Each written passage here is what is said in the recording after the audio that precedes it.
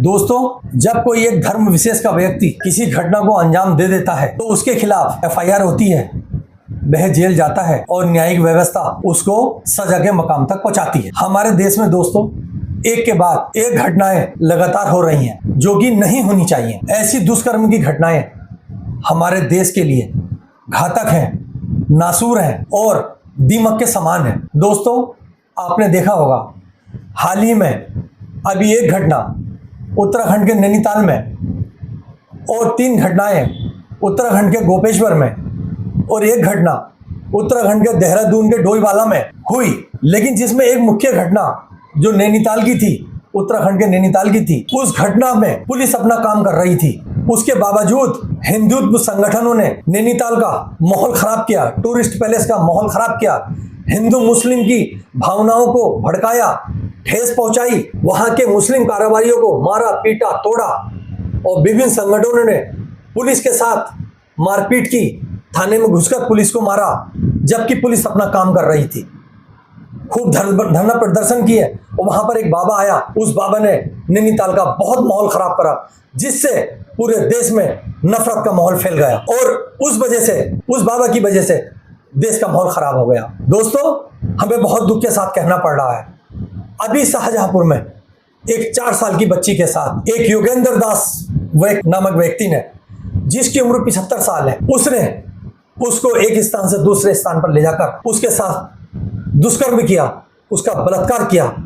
उस मासूम बच्ची की हालत बहुत ज्यादा नाजुक बनी हुई है और वह ट्रीटमेंट में है, उसका सरकारी अस्पताल में इलाज चल रहा है। इतनी बड़ी घटना उत्तर प्रदेश, जिसके मुखिया हमारे योगी आदित्यनाथ हैं, इतनी बड़ी घटना उनके उत्तर प्रदेश में शाहजहांपुर में घट जाती है, जिसमें गोदी मीडिया, बिका हुआ मीडिया, दलाल मीडिया इस घटना को नहीं दिखा रहा है, क्योंकि इसमें उत्तर प्रदेश की बदनामी है, इसमें भारत देश की बदनामी है।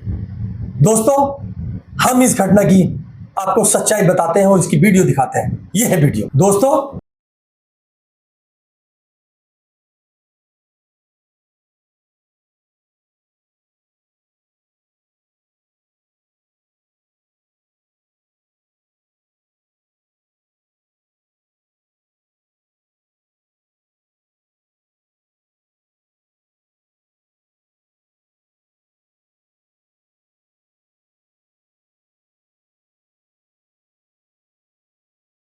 अपराध हुआ, पुलिस ने योगेंद्र दास बाबा को गिरफ्तार किया, 75 वर्षीय बूढ़े व्यक्ति को गिरफ्तार किया, उसको जेल भेजा। न्यायपालिका उसको सजा देगी, उसको कठोर से कठोर सजा देगी। लेकिन मैं उस बाबा से पूछना चाहता हूं, जो बाबा ने नैनीताल में आकर माहौल खराब किया था नैनीताल का, वे बाबा, पाखंडी बाबा आज कहाँ है? वह शाहजहांपुर क्यों नहीं पहुंचा? हाल ही में एक घटना अभी वाराणसी में हुई, जिसमें हमारे देश के प्रधानमंत्री वाराणसी के सांसद है, वहां के दरिंदों को किसका प्रोटेक्शन मिला हुआ है?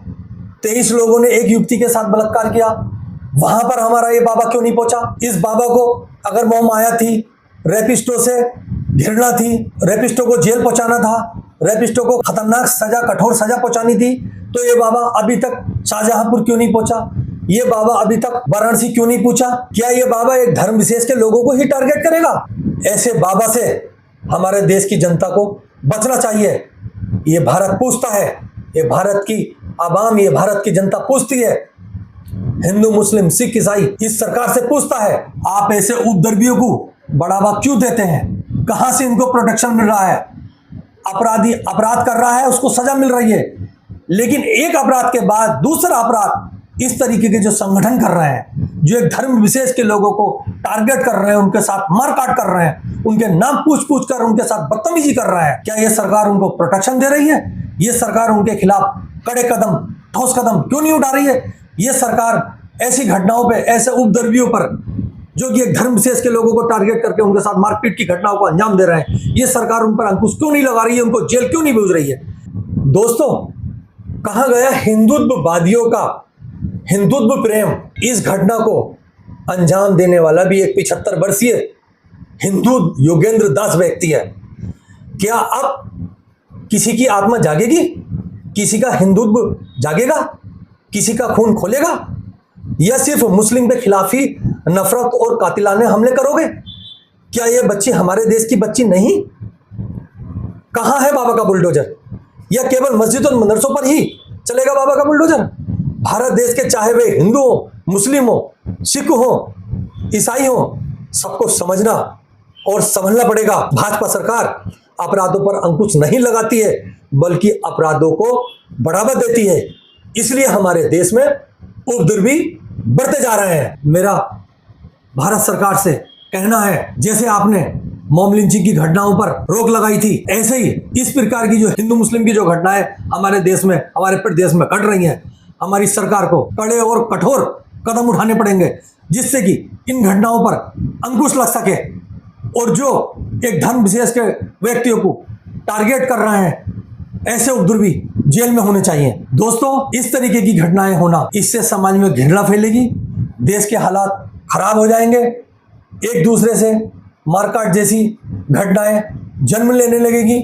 इसलिए दोस्तों, हमारा कहना है, हमारा उन उपद्रवियों से भी कहना है जो देश का माहौल खराब करने में लगे हैं, जो घटनाओं को अंजाम दे रहे हैं, मुस्लिम लोगों से उनके नाम पूछ कर उनके साथ घटनाएं कर रहे हैं, उनको मार रहे हैं, काट रहे हैं, वह भी किसी के बेटे हैं, वह भी किसी के भाई हैं, वह भी इस देश के नागरिक हैं। ऐसी घटनाओं का अंजाम देने का आपको कोई हक और कोई अधिकार नहीं है, आपको कोई राइट नहीं है। इसलिए ऐसी घटनाएं ना हो, इसी में देश की भलाई है।